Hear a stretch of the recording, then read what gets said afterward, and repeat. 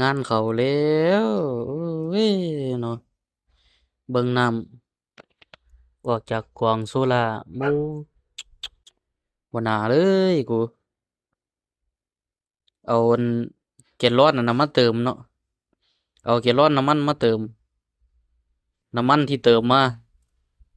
เติมลงไปบาทเดียวเท่านั้นละไฟโซ่เลยโอ้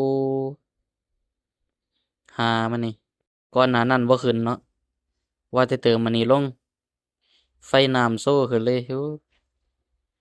บ่ได้ล้างถังบ่บัดนี่งานหยาบแล้ว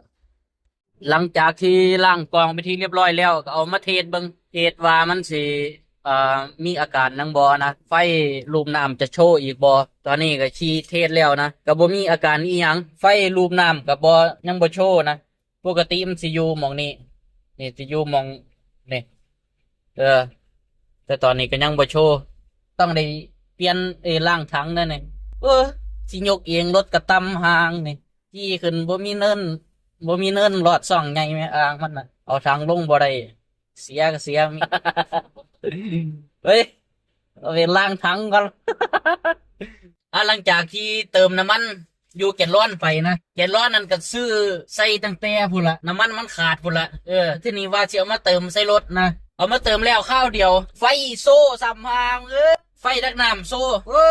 มันนี่มาที่นี่ก็เป่งออกไปเลยน้ำมันนะ หลังจากปิ้งน้ำมันออกเบิดแล้วนะล้างถังเรียบร้อยซื้อน้ำมันไปใส่อันนี้มัน950 บาทนะบัดที่นี่มันยังบ่เต็มเด้เหลืออีกหลายอยู่แกลลอนหนึ่งมันใส่ประมาณ18 ลิตรนี่แหละได้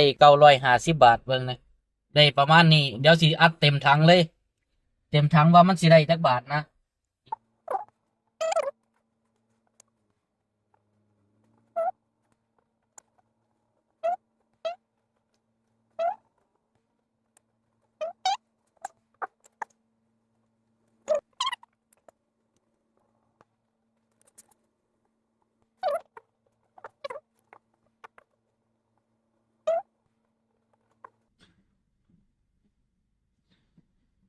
หลังจากที่เขาเติมเรียบร้อยนะตอนนี้เต็มถังตอนนี้น้ำมันเต็มถังนี่เต็มถังเลย หลังจากที่เขาเป่งออกเบิดแล้วฟาดใส่เต็มถังเลย หลังจากที่เป่งออกไปเบิดแล้วบัดทีนี้เขาเติมใหม่ก็จะอยู่ที่78.9 ลิตรเป็นเงิน4,046 บาทก็จะประมาณนี้น้ำมันที่ก่อนสิเติมลงไปนะมันอยู่ครึ่งถังเลยเหลือบักหลายเอาว่าทีนี้ว่าสิเติมพอดีซื้อน้ำมันอยู่ถังมานะก็อยากเติมให้มันเต็มถังแล้วก็เพื่อที่จะให้น้ำมันอยู่ในถังน้ำมันเบิดว่าทีนี้ได้เรื่องเลยเติมลงไปได้2 ถังเอาไปชี้ไฟกาดักน้ำโซ่เนาะเอาจ่ายดิน้ำมันครึ่งถังเขาก็ต้องทิมไปส่วนน้ำมันที่เหลือ มันก็นั่นแล้วบาทนี่น้ำมันที่เขาเติมลงไปเพิ่มอีก2 ถังนะมันก็แค่เอาใส่กับครึ่งถังมันบ่มีถังใส่แล้วนะ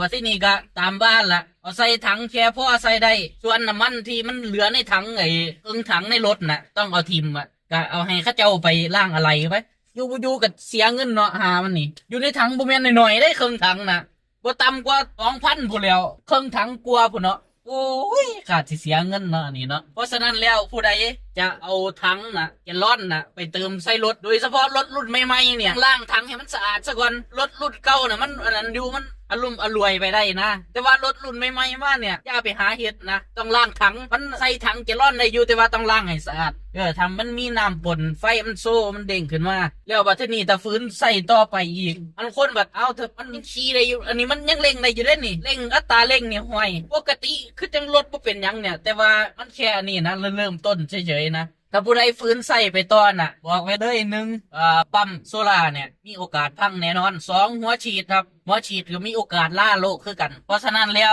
ล้างถังไม่ดีที่สุดที่การแก้ไขอันนี้ก็ก่อนหน้านั้นก็ล้างกล่องโซล่าแล้วนะล้างกล่องโซล่าแล้วก็ไปขี่ล่องเบิงก็ได้วังเกือบ10 โลนี่แหละไฟบ่โซ่นะแต่พอโลที่10ไปเนี่ยไฟกลับมาโชว์คือเก่าก็เลยต้องล้างถังเพราะฉะนั้นแล้วอยู่บ่อยู่ก็ได้เสียเงินมื้อนี้รวมเบ็ดเสร็จแล้วก็จะอยู่ที่5,000 กว่าเลยแหละมื้อนี้เอ้ยเงินจะขอ